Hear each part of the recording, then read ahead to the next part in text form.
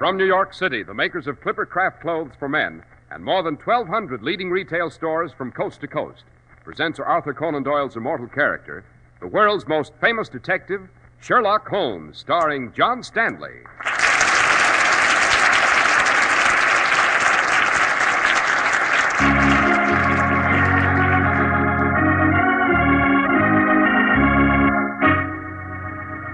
This week's story, The Adventure of the Bloodstained Goddess. Holmes, there's no more dangerous spot in all of London, perhaps in all the world, than these alleys back of Limehouse Causeway. Nevertheless, my dear Watson, the gentleman we are pursuing has gone this way, and we shall follow. Hurry, man, hurry. Very well. But wait. What is it? A doorway. A man with a knife in his hand. See how it gleams in the moonlight? We must walk past him, Watson. He'll cut us to bits. We must walk past him. Come on. Careful. Slowly. Slowly.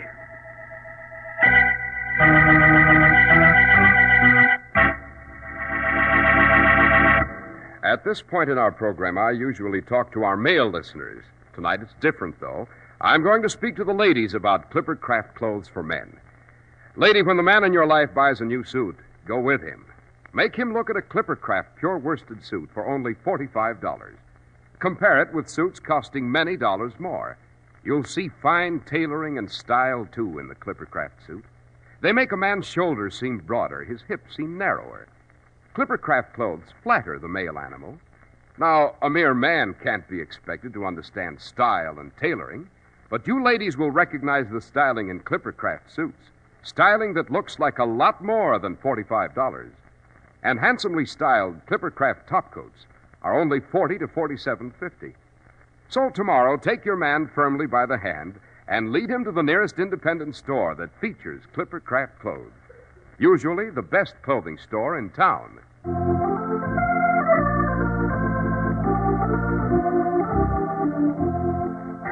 Dr. Watson, who was the Bloodstained Goddess?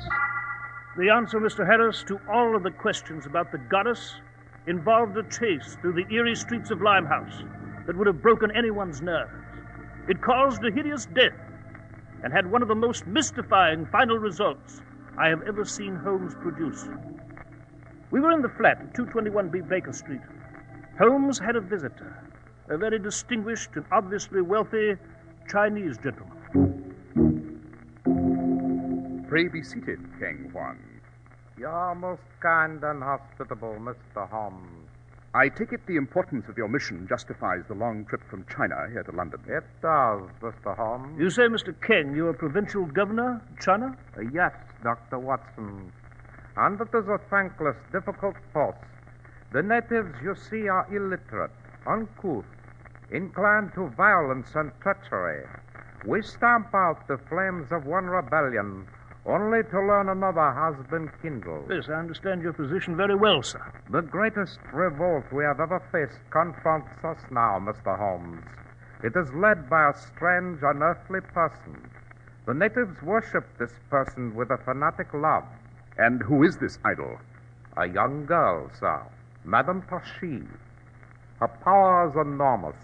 Thousands of natives have gladly died for her. Just recently, my troops gained the upper hand in a city where we believed we might capture her. But the goddess disappeared. Why have you come to me, Ken Kwan? I must find Madame Tashi and bring her to justice. Or should I say, Mr. Holmes, you must find her? Well, have you any notion as to where she's gone off to? We captured her closest friend and advisor, an old gentleman named Chung Fu, but he would give us no clues whatsoever. Then he, too, disappeared.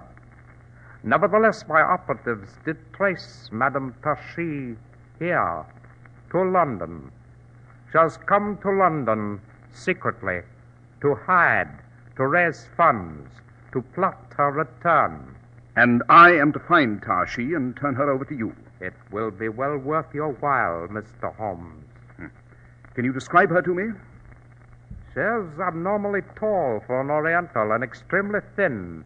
She has jet black hair, huge eyes, and speaks English well. What do you propose to do with her once I've turned her over to you? There's no doubt that her trial in our province will lead to her execution, Her death will end the revolution. Will you do it, Mr. Holmes? Will you search London for her? I will, King Juan. I'm grateful. I shall return later to learn of your progress. Good night, Mr. Holmes. Dr. Watson. Oh, good night, sir. Good night, sir. I shall forgive you, Mr. Holmes, if you fail. This is most dangerous and difficult assignment. King Juan, I shall find your illustrious renegade. The word failure, sir, appears only in the dictionary of fools.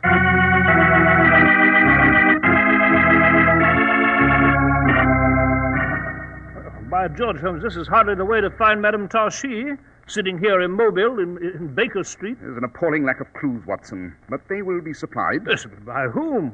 When? Where? Watson, just as there are persons desperately anxious for us to find this mysterious woman, there must also be persons anxious to prevent it. I've no doubt we shall hear from them soon enough. Again, a conclusion of mine affirmed. Open the door, Watson. Right. Mr. Holmes? I am Sherlock Holmes. This is Dr. John Watson. Well, how do you do? How do you do? As for you, sir, your name is Chung Fu. You are a loyal follower of Madame Tarshi, and you arrived in London this morning aboard the Mary Ann. Well, Holmes, I shall ask this gentleman not to say another word until you have explained how you could surmise all that. I should be most interested myself. A previous visitor of ours described an elderly gentleman he'd questioned as to Tarshi's whereabouts and said the name was Chung Fu. I've observed previously that we should soon hear from the other side of this issue. And the Mary Ann? With due apologies, I must note that Chung Fu seems terribly impoverished. He would therefore travel to London in the most inexpensive manner possible, by the lowliest freighter to straggle into port. Therefore, Mr. Chung must have arrived today. Recalling this morning's shipping page, just one freighter docked this morning, the Mary Ann. That's superb, Holmes. Superb. You are correct, Mr. Holmes. I have come to implore you not to accept whatever offer King Juan has made. Madame Tashi must not be found. She must be allowed to continue her great work. She is indeed in London to secure funds for the people of Mekyang. But Chung Fu, I understand that Madame Tashi is undermining the structure of the duly authorized government. King Juan lies. He is a bandit chieftain. Oh, really? He said he was the provincial governor. No, Dr. Watson. King Juan is master of the province only because of his troops and his guns. He is a tyrant. He brings corruption. He is a cruel, cynical oppressor. And Madame Tashi, she leads the opposition to him? Yes, she would free our people. You will not search London for her, Mr. Holmes. I beg of you. I cannot promise. We are a poor people. I cannot offer what King Juan must have offered. I am not concerned with the financial benefits of this case. I never am.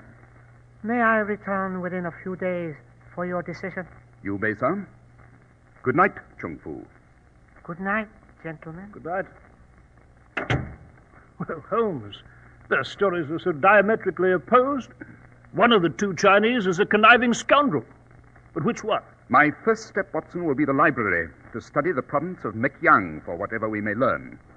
Get your things on. Hurry. Oh, I really don't see how you hope to arrive at the facts, Holmes. King Juan knows nothing. Chung Fu wouldn't say a word about where Tashi could possibly be. Oh, come, Watson, down the stairs. We'll fetch a cab and investigate at the library. Here's the front door. Oh, see a cab, Holmes? One moment. Our trip to the library will not be necessary. Why not?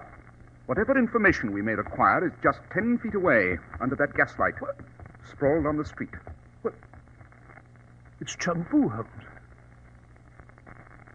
He's dead. Yes, his neck's been broken. Ghastly sight. Just leave the body there for the police to find, Watson. We've more urgent business at Limehouse. Limehouse? Why there? Because of the dead man's shoes. Why, really, Holmes? Most specifically, we're off to a Joss house, to a Chinese temple of worship. Why the dickens should we go there, Holmes? Upon the sole of the Lake Chung shoes, you'll notice a gum-like substance. Yes, sir. Yes, I see it now. That substance indicates where Chung Fu had been. One may detect an odor about the gum. It's a perfumed gum, distinctively perfumed.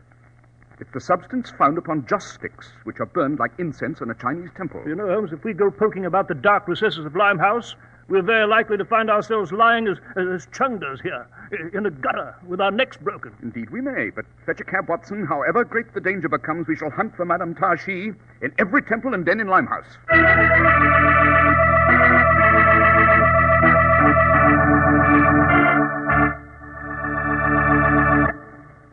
What sort of world would this be without friends, personal friends, and business friends? For instance, your local independent merchant who wins and keeps your friendship by offering you honest goods at honest prices. More than 1,200 such friendly independent retailers feature Clippercraft clothes, and their combined purchasing power is so tremendous that they can sell Clippercraft suits for only $45. Clippercraft topcoats from $40 to $47.50. Made in New England by master craftsmen, Clippercraft clothes take their name from the proud New England-built Clipper ships. So Clippercraft stands for quality and rock-ribbed American honesty. Honest materials, honest workmanship, and the down-to-earth honesty of your friend and neighbor, the independent merchant who sells Clippercraft clothes. That's why men who know insist on Clippercraft clothes bearing the Clippercraft label. So be sure to visit the Clippercraft store in your city. These leading stores in the metropolitan area are proud to add their names to Clippercraft in your suits, topcoats, and overcoats. In Manhattan, John Wanamaker Men's Stores, Broadway at 8th and 67 Liberty Street. Saks 34th, Broadway at 34th. In Brooklyn, Abraham and Strauss.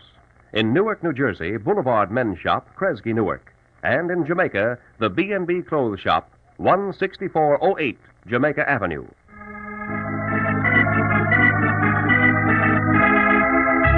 Dr. Watson, you and Mr. Holmes were racing to Limehouse to find Madame Tashi. So we were, Mr. Harris. We reached Limehouse soon enough. We entered a joss house on Limehouse Causeway. It was up a flight of rickety stairs. It was a dark room with wooden benches, incense burning from half a dozen bowls. Prostrate Chinese prayed before their idols. In the distance, a gong was striking, calling more Chinese to prayer. You know, Holmes, this band of fanatics defending Madame Tashi will slit our throats. They realize what we're up to? Calmly, Watson. We know the dead man was in one of these houses tonight. Look about.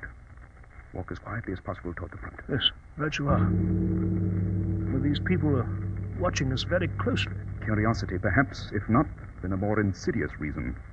Just edge your way toward the front. Watson, there's the answer. What? Where? The Chinese priest. Notice anything peculiar? Oh, simple-looking chap. Customary long frock. Look closely, Watson. What of him? I doubt if he is a priest. An agent, rather, of Tashi's ring. Good Lord, how do you know? The stains upon his teeth. They're the unmistakable stains made by the betel nut. Betel nut? Yes. Oh, yes, I remember, Holmes. Some Orientals chew it with a leaf. Precisely. Doesn't it strike you as odd that a priest should indulge in that awful habit? Yes, quite. Look, he's leaving. The minute he arrives at the top of the stairs to the street, after him.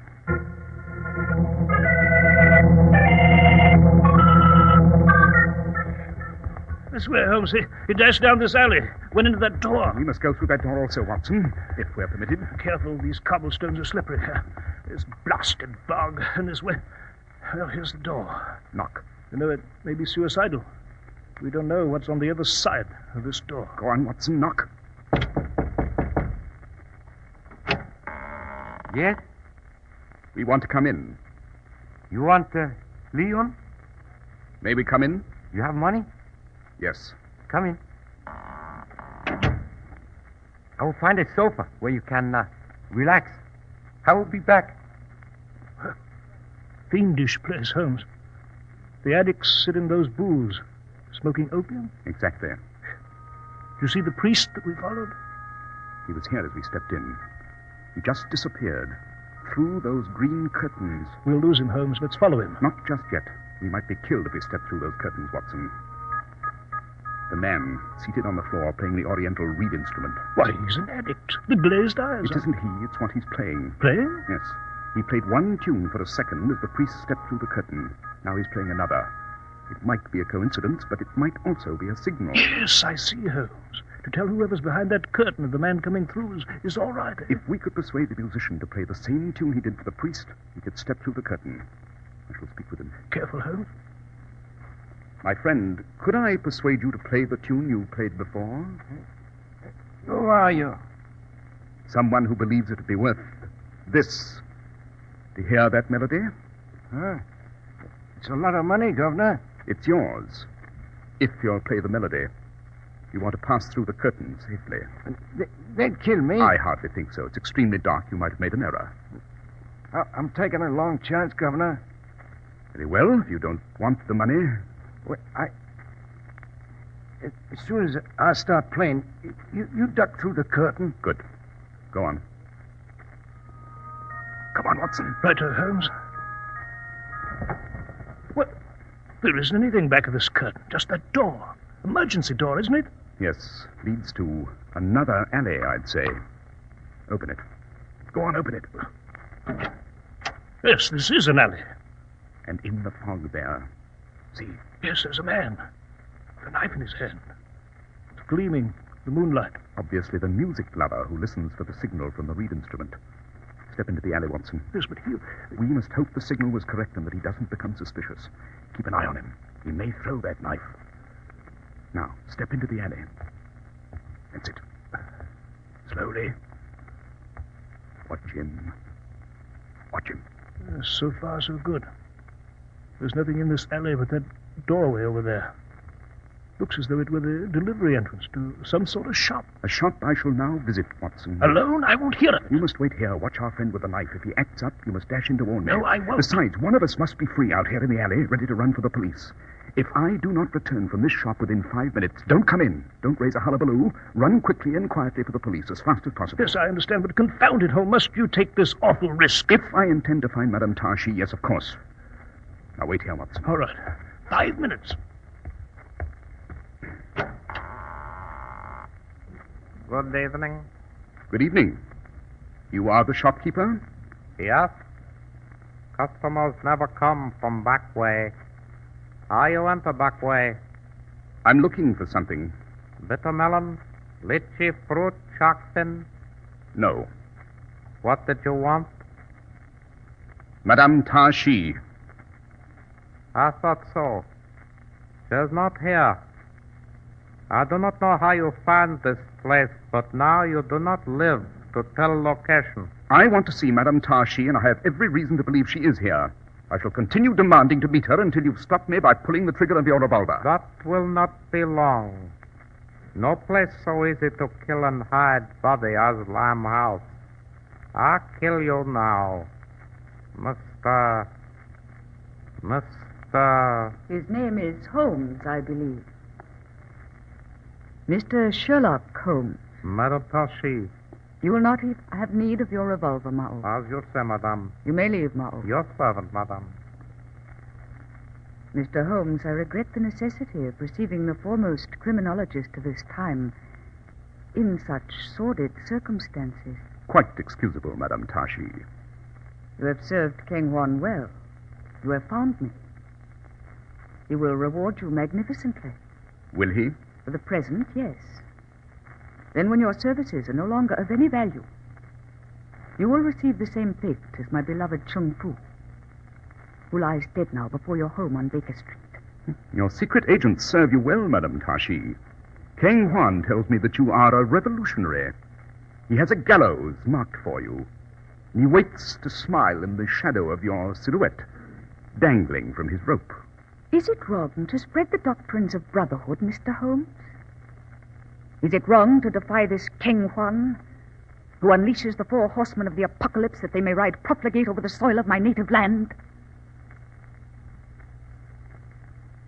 King Juan is a brigand. He exploits my people. He despoils and enslaves them.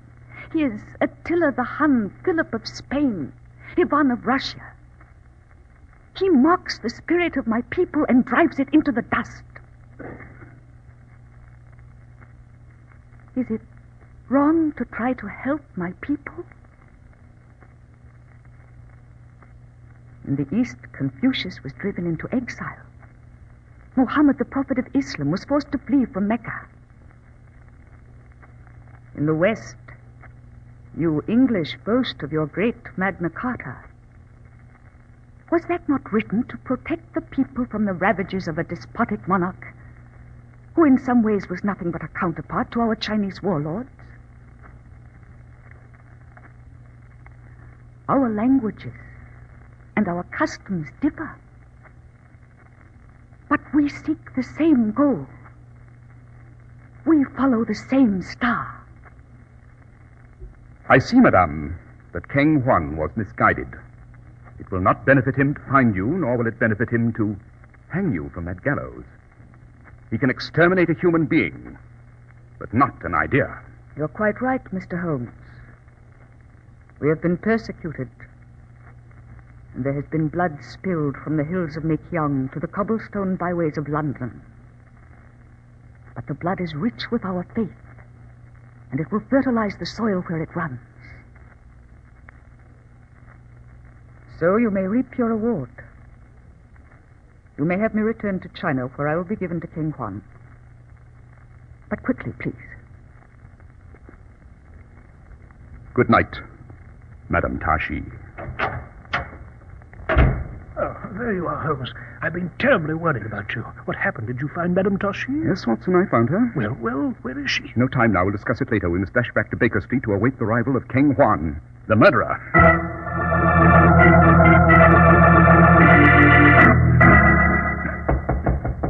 I'll answer, Holmes.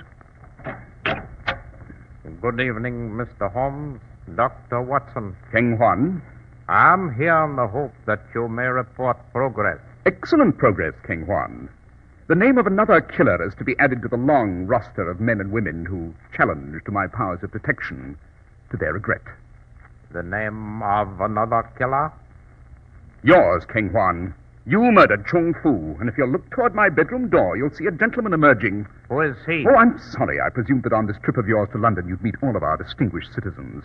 May I present Inspector Lestrade? A police inspector at the door. Stop him, Lestrade!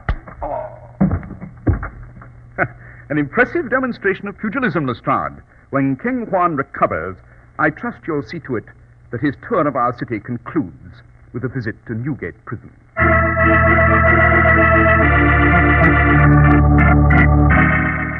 Yes, but Holmes, you still haven't explained about Madame Tashi. You did find her, you said? I did, Watson. But shall it end there as a secret between us? Shall we tell the world I never did find Madame Tashi? Well, certainly, if you wish. But why, Holmes? Why? I spoke with her, Watson. Her help for her people must go on at all costs. So, let us say that I never did find Madame Tashi.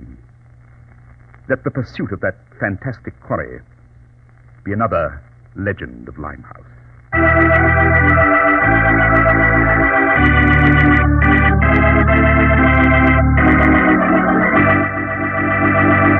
Well, Dr. Watson, the story of the bloodstained goddess was most intriguing. Now, would you tell us what new adventure we shall share with you and Mr. Holmes next week? I'd be delighted, Mr. Harris. Next week I shall relate to you an adventure I have called The Guest in the Coffin. It concerns a joyful mortician, an unprecedented wave of police murders, and one of the strangest invitations Holmes ever received.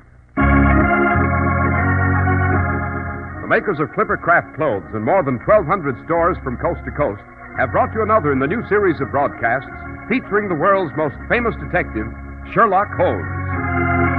Our stories are based upon the character Sherlock Holmes, created by Sir Arthur Conan Doyle. The program is produced and directed by Basil Lockran. Sherlock Holmes is played by John Stanley, Dr. Watson by George Spelman.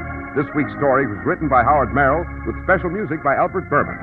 If you don't know your Clipper Craft dealer, write Clipper Craft, 200 Fifth Avenue, New York City. Be sure to listen next week to Sherlock Holmes in The Guest in the Coffin. Cy Harris speaking for Clipper Craft Clothes. This is the Mutual Broadcasting System.